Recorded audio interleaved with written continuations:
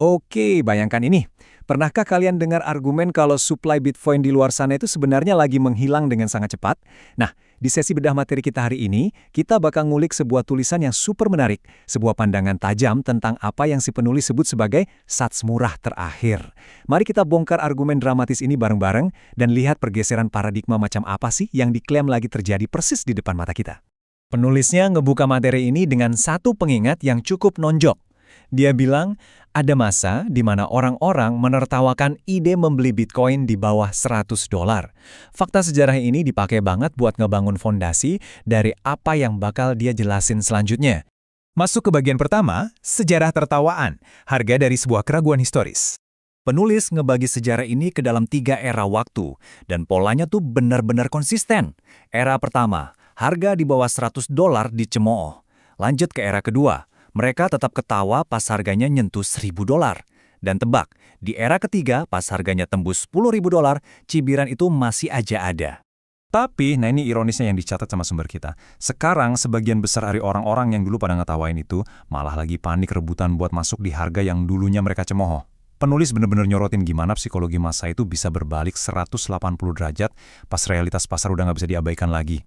Oh ya, buat nyamain persepsi dulu nih, sats atau satosis itu kan ibarat recehan atau sennya Bitcoin ya. Nah, teks yang lagi kita bahas ini ngasih peringatan keras banget kalau masa-masa kita bisa ngumpulin recehan ini dengan gampang dan murah, diklaim bakal segera berakhir. Masuk ke bagian kedua, permainan telah berubah. Transisi dari individu ke raksasa institusi. Kalau dulu kan kita ada di permainan lama ya, di mana orang-orang biasa pelan-pelan ngumpulin koin. Tapi sekarang, kita udah dihadapkan sama permainan baru. Ini bukan lagi soal individu yang nabung dikit-dikit. Enggak, ini zamannya institusi raksasa yang literally nyedot supply secara masif. Skalanya tuh udah berubah total. Bagian ketiga, vakum institusional. Siapa sih penyedot supply yang sebenarnya? Teks ini ngejabarin ada 3 pemain raksasa baru di pasar. Pertama, ada ETF yang ngamanin dana sampai miliaran dolar buat klien mereka.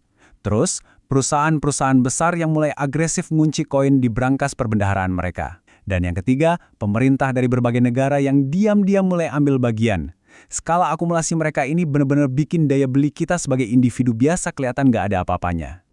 Terus, penulis nekanin satu hal yang dalam banget di sini, setiap set yang masuk ke dalam brankas tersebut nggak akan pernah kembali. Coba perhatiin penggunaan kata brankas di situ. Itu dipakai secara sengaja buat ngasih kesan final yang mutlak. Argumennya adalah koin-koin ini udah dikunci rapat secara permanen dan nggak bakal ditradingkan lagi di pasar bebas. Lanjut ke bagian 4, supply menyusut, permintaan meningkat. Ini adalah tabrakan ekonomi intinya. Poin pertama dari tabrakan ini simpel banget. Supply yang beredar di luar sana itu lagi menyusut. Ya iyalah, kan koinnya terus-terusan ditarik masuk ke brankas-brankas institusi tadi, jadi otomatis jumlah koin liquid di pasar bebas itu langsung drop drastis. Tapi seketika, di sisi lain, permintaannya malah terus meroket. Suplainya ditarik keluar, tapi adopsi dan kebutuhannya naik terus. Menurut si penulis, jepitan pasar yang kayak gini tuh udah kayak konsekuensi matematis yang bener-bener nggak bisa dihindari lagi. Terus apa artinya semua ini buat kita? Coba lihat angka bulat ini, 1 juta. Argumen penulisnya adalah, dulu tuh kita bisa dengan gampang pakai uang jajan atau uang sisa aja buat ngumpulin 1 juta sats. Nah, jendela kesempatan emas itu sekarang lagi ketutup dengan sangat cepat. Dinamika baru ini bikin akses dapat koin murah terancam punah.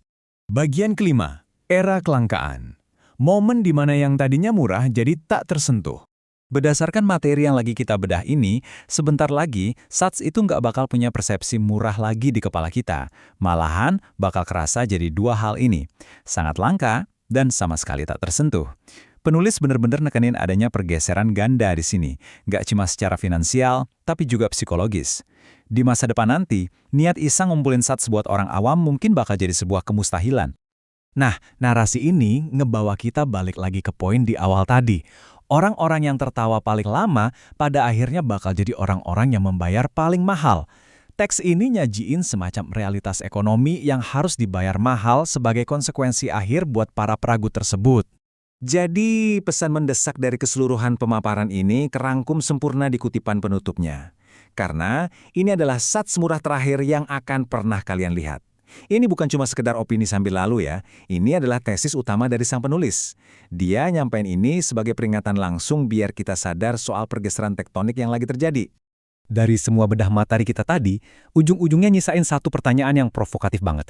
Apakah kalian siap menghadapi era kelangkaan ini? Terlepas dari kalian setuju atau mungkin masih skeptis sama prediksi si penulis, data soal masuknya institusi raksasa ini jelas mengubah dinamika pergerakan supply. Dan itu benar-benar memancing rasa penasaran kita. Gimana pergeseran ekonomi besar-besaran ini bakal ngaruh ke lanskap finansial kalian ke depannya? Coba deh dipikirin baik-baik. Makasih ya udah nemenin sesi bedah materi kali ini, dan sampai jumpa di pembahasan selanjutnya.